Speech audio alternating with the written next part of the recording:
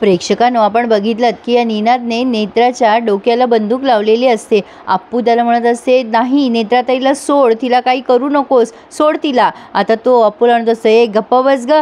आणि शशांक म्हणत असतो, हे बघ तू शांत हो निनाद, हे बघ तुला उपचाराची गरज आहे, उपचार करून घे, तुमच्या दोघांचा संसार सुखाचा होईल। अरे ऐक माझं। आता निनाद म्हणतो, तू तर गप्पच बस रे, तू अजिबात बोलू नकोस।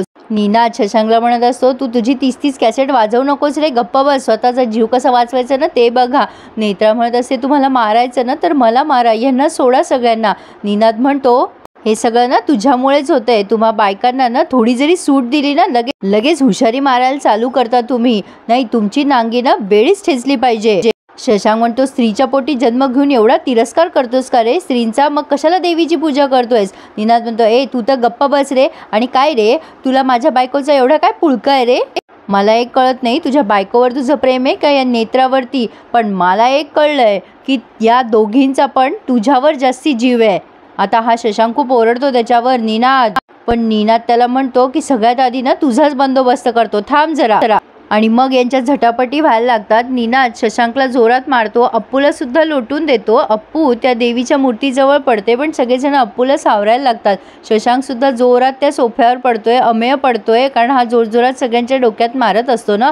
मग अप्पू मात्र तिथे चवताळून उठते आणि निनादला ओरडते, निनाद। या सगळ्या धुमीत नेत्रा निनादच्या हातातून ती पिस्तूल फेकून देते। निनादचं लक्ष नसताना अप्पू त्याच्या समोर चालत येते अशी, आणि त्या निनादला असं वाटतं जणू काही त्याच्या समोर देवीच आहे। अप्पूने त्याला जोरात लात मारली आहे आणि तसाच तो त्याच्या पाठीवर खाली पडलाय। अप्पू खूप चिडलेली असते त्याच्यावर, आणि अप्पूने देवीचं रूप धारण केलंय असंच दिसतंय प्रेक्षकांनो। अगदी नववार पातळ नेसलेली देवीसारखीच अप्पू दिसतेय, तिने छान मेकअप केलाय। आता ती निनादला म्हणते, तू स्त्रीची शक्ती अजून ओळखली नाहीयेस निनाद, स्त्री लक्ष्मी आहे, अन्नपूर्णा आहे, सरस्वती पण आहे, पण तुझ्यासारख्या राक्षसाला शिक्षा देण्यासाठी ती महिषासूर मर्दिनी सुद्धा बनू शकते। आणि सगळेच्या सगळे अप्पूकडे बघायला लागतात, पण इकडे माई आणि सगळेच जण काळजी करताय। सुवाई म्हणतात, अहो माई, बाबी वंश पण नाही येतात, मला असं वाटतं त्या गेल्या की काय नेत्राच्या घरी। आता पन्ना काकू म्हणतात, कोणी काही ऐकायलाच तयार नाहीये, बाबी वंश तिकडे निघून गेल्यात, काय चाललंय हे सगळं सुवावहिनी। माई म्हणतात, तुला सांगत होते ना मी, मुलांना नको टाकू नेत्राच्या भानगडीत, आता काय करायचं आपण। मग सुवाई शशांकला फोन करून बघतात, वाजला माई, फोन वाजलाय, आणि आता उचल बाळा, पण शशांक तिकडनं फोन कट करतो, त्यामुळे आता यांची चिंता लगेच वाढली आहे। आता माई डॉक्टर कौशिकांना फोन करायला लावतायत सुवाईंना, पण ऑलरेडी इकडे बाबी आत्या पोलिसांना घेऊन पोहोचलेल्या असतात। बाबी आत्या तिथे दार वाजायला लागतात। मग अमेय आणि शशांक निनादला धरतात आणि त्याच्या खिशातनं चाबी काढतात। बाबी आत्या समोर बघतात तर हा धिंगाणा, अरे बापरे। आता अमेय म्हणतो, तुम्ही चला आधी पोलीस आतमध्ये, आणि पोलीस तिथे एंट्री घेतात आणि निनादला अटक करतात। शशांक पोलिसांना म्हणतोय, त्याला मानसोपचाराची गरज आहे, त्याला बरं करा। आता ही मानसी म्हणते, भाऊजी, नेत्राला मारझोड करणाऱ्या माणसावर दया दाखवायची काहीच गरज नाहीये। शशांक म्हणतो, ह्या माणसाला अटक करून घ्या। आता ते पोलीस म्हणतात, अरेस्ट हिम, आणि मग तो निनाद म्हणतो, नेत्रा तू लक्षात ठेव, माझ्याशी पंगा घेतलायस तू। तो निनाद जाता जाता नेत्राला धमकी देऊन जातो। शशांक आधी अप्पूला विचारतो, तू बरी आहेस ना अपूर्वा। अप्पू म्हणते, मी ठीक आहे रे खडूस, माझी काळजी करू नकोस। नेत्राताई तू ठीक आहेस ना। नेत्रा म्हणते, हो मी बरी आहे अगं, तुम्हा सगळ्यांमुळे आज माझा जीव वाचलाय। अप्पू म्हणते, नेत्राताई तू एकटी नको राहूस, तू चल आमच्या बरोबर। नेत्रा म्हणत असते, अप्पू नको ग, माझी पाऊल टाकायची पण लायकी नाहीये ग त्या घरामध्ये। प्रेक्षकांनो, जेन्युनली आज नेत्राला पश्चाताप झालाय।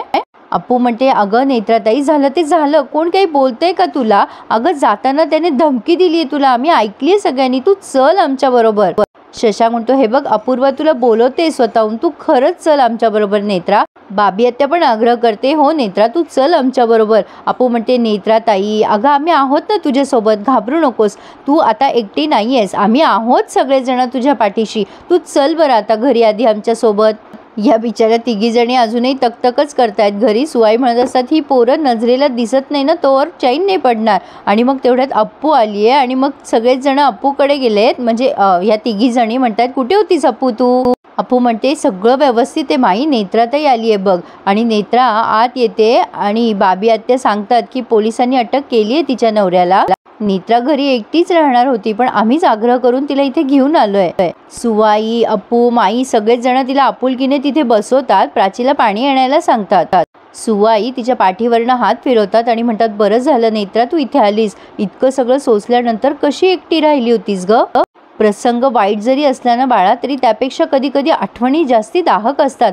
आता तू माई हिला इथेच राहू देऊयात का 2-4 दिवस? तुमची काही हरकत नाहीये ना? माई म्हणतात, अगं सुवा, हे काय विचारणं झालं का? राहू देत तिला.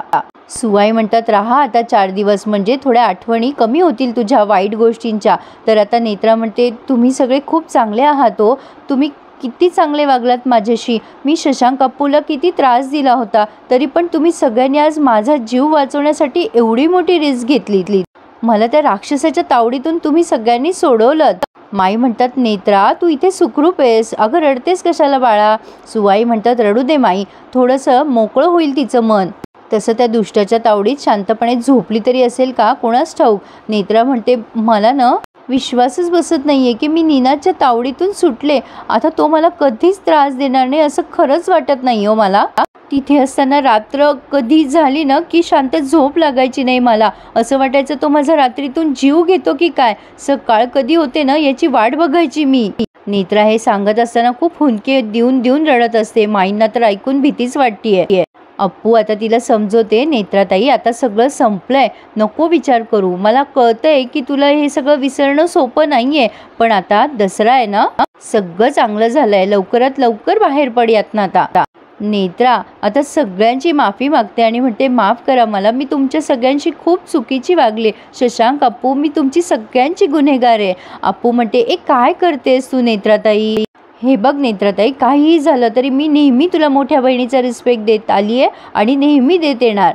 आता असं सारखं सॉरी नकोच बोलू बरं तू.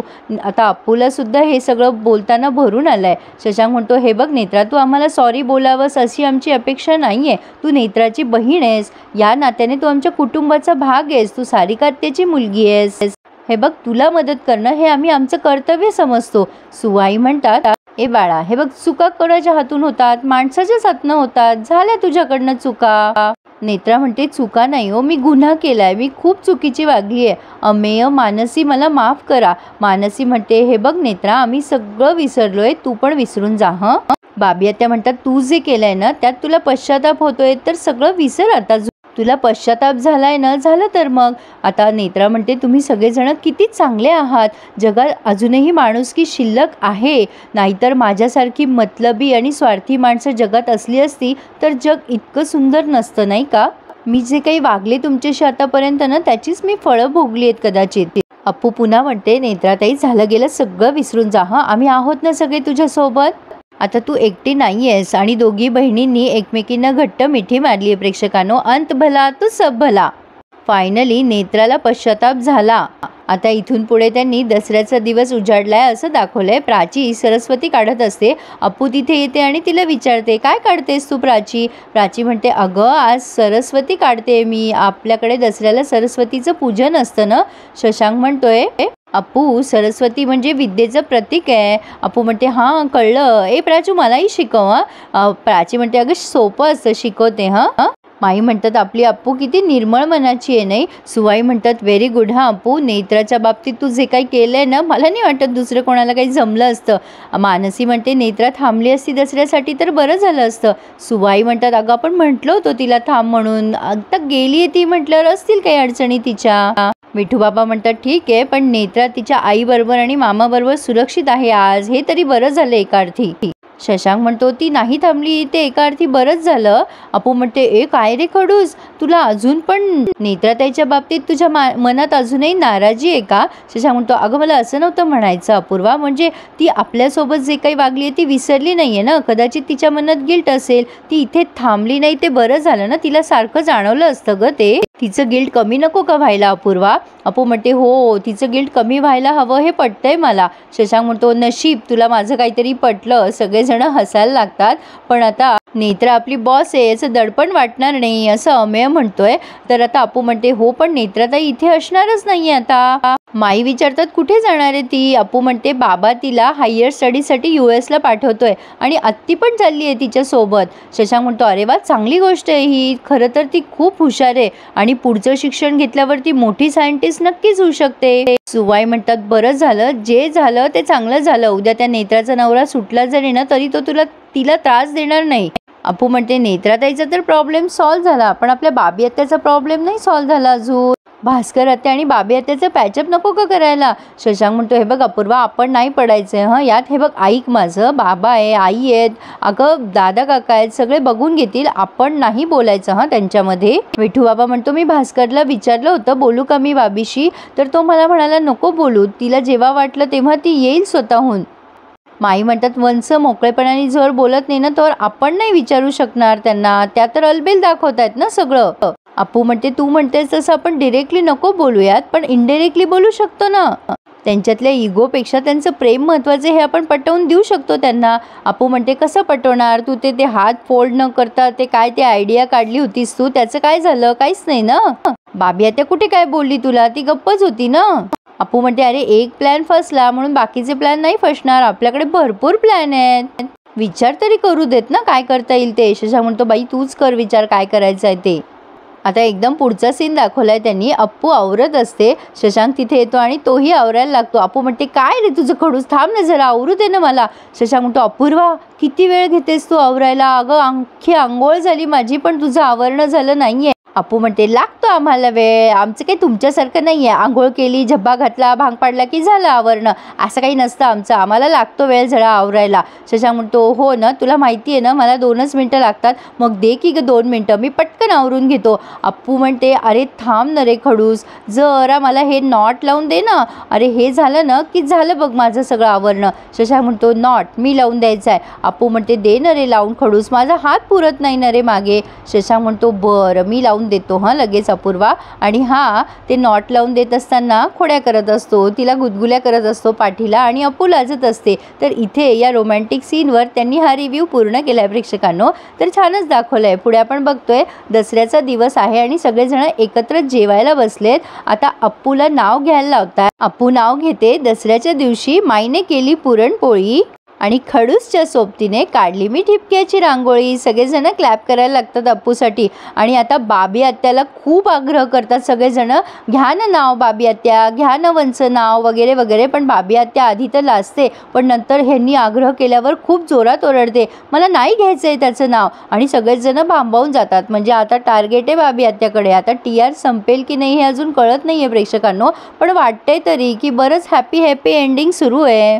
पण तशी कुठे अजून ऑफिशियली अनाउन्समेंट झालेली नाही आहे, त्यामुळे बघूयात आता पुढे काय काय होतं आहे. पण आजचा रिव्ह्यू आवडल्यास प्लीज लाईक करायला विसरू नका हं. आणि प्रेक्षकांनो काल सण होता त्यामुळे मला तुमच्या कमेंट्सला रिप्लाय देता आला नाही, पण खरंच खूप खूप आभार तुम्ही दिलेल्या सगळ्या कमेंट्सबद्दल. Thank you once again for your love and support. प्रेक्षकांनो रिव्ह्यू आवडल्यास आजचा लाईक करायला विसरू नका आणि चॅनल सबस्क्राईब करायला सुद्धा. धन्यवाद.